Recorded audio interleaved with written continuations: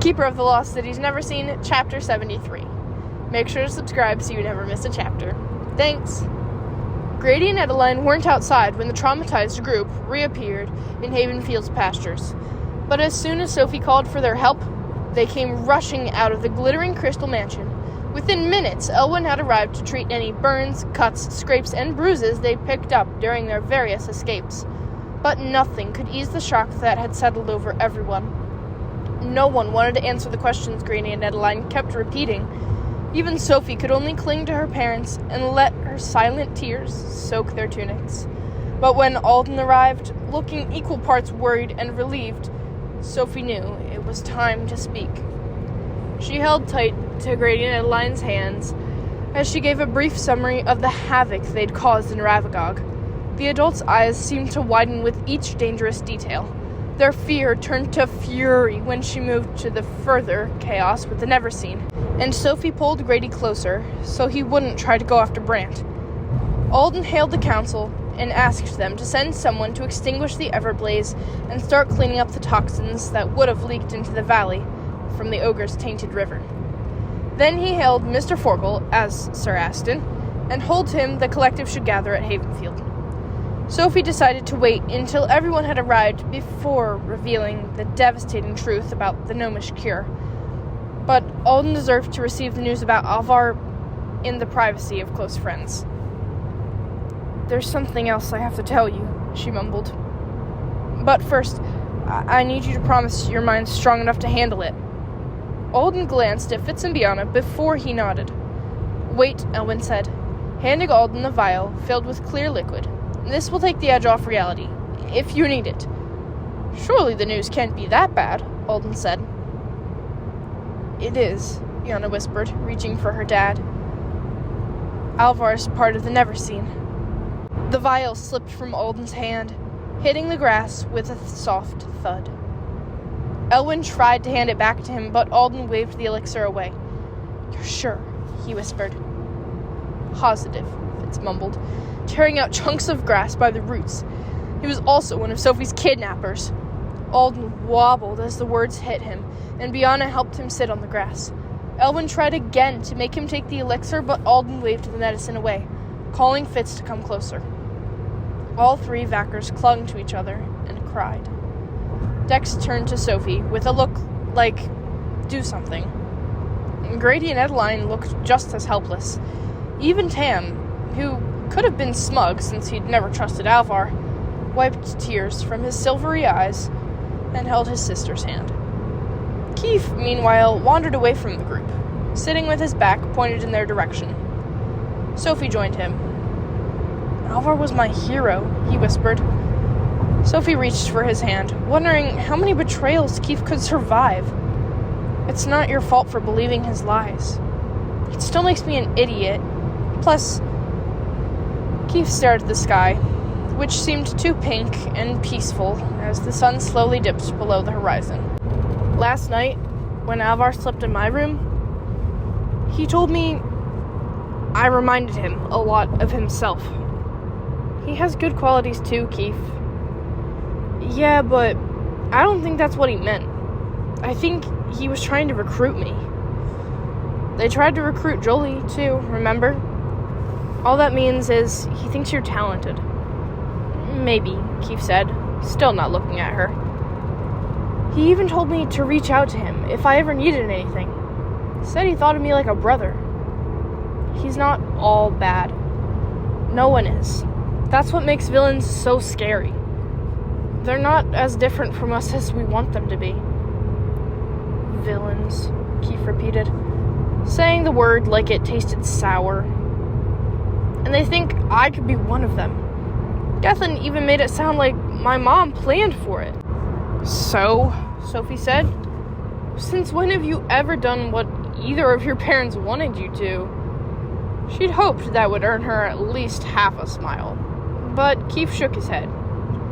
"Are you worrying about what Fenton said?" she asked. "About your mom? I don't care what happens to her." He must have cared a little, though, because after several awkward seconds, he asked, "Do you think Fenton meant about bartering for her freedom?" I don't know. But the Neverseen are never going to do anything to help us.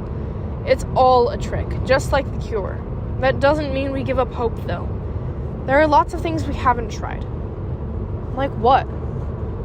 Sophie couldn't think of any, but she knew they existed. We'll figure it out, okay? His shrug really wasn't an answer. Sophie, Alden said, waiting for her to turn around.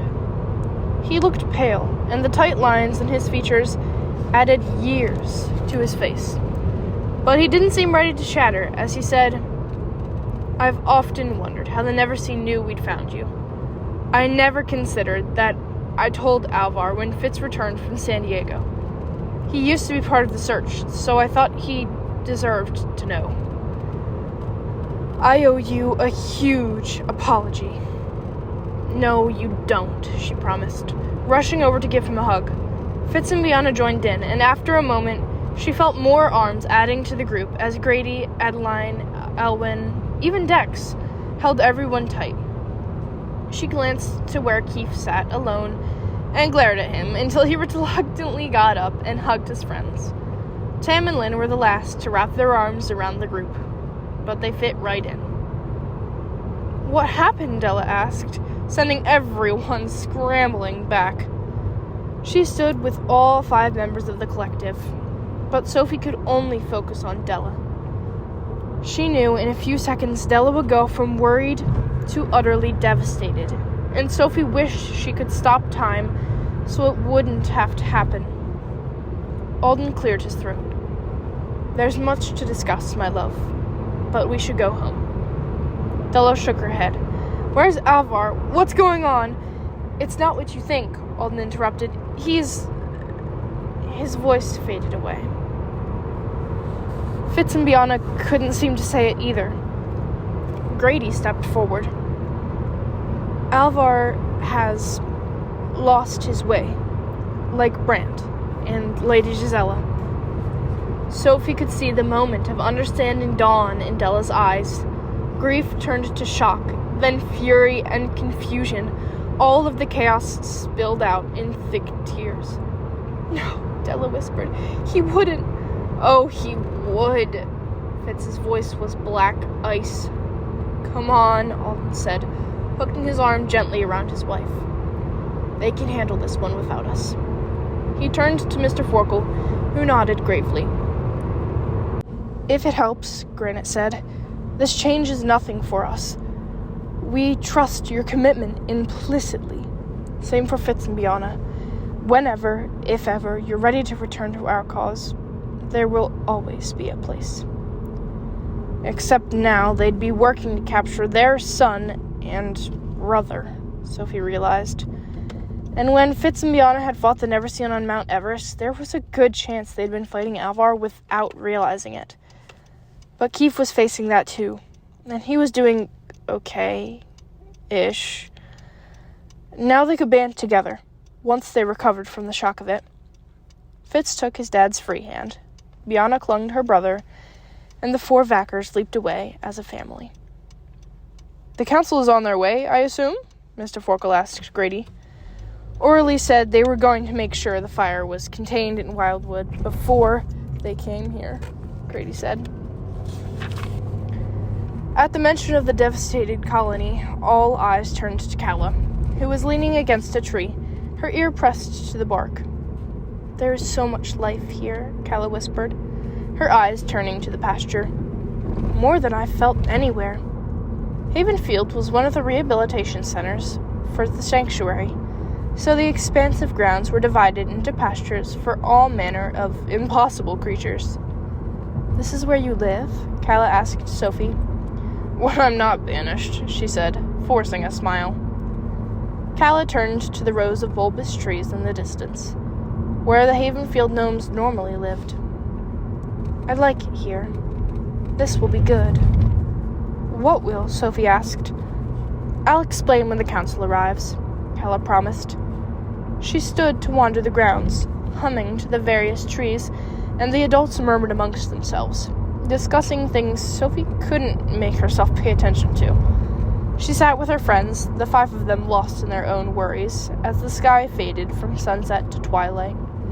The evening star had just risen when the council glittered into the clearing. "Still wearing disguises," Councillor Alina said, frowning at the collective. "We would love to work with you openly," Granite told her. "You're the ones who denied us the privilege." Councillor Emery held up his hand, silencing Alina before she could respond. "We have more important things to discuss than our divisions." "Indeed we do," Mr. Forkel said. "I assume you know about Ravagog?" "We've seen the damage," Councillor Emery agreed. He didn't sound furious. He sounded impressed. Still, Sophie had to ask, "Does this mean we're going to war with the ogres?" "It's possible," Councillor Emery warned, "but too early to tell. You have dealt King Dimitar a heavy blow. You've demolished Ravagog's gates and removed the only bridge connecting his city. Our goblins are already forming a perimeter around the city to remind the ogres that we are far more prepared for battle than they are at the moment.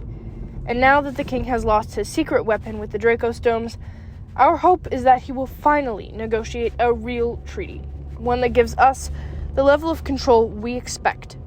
This is assuming, of course, that they have truly lost their secret weapon," Councillor Tarek chimed in. All eyes shifted to Calla. She finished the song she'd been humming and took a slow breath, keeping her shoulders square. "The ogre's cure was a fake," she said, allowing them a second to process. "But it doesn't matter. I will be the cure."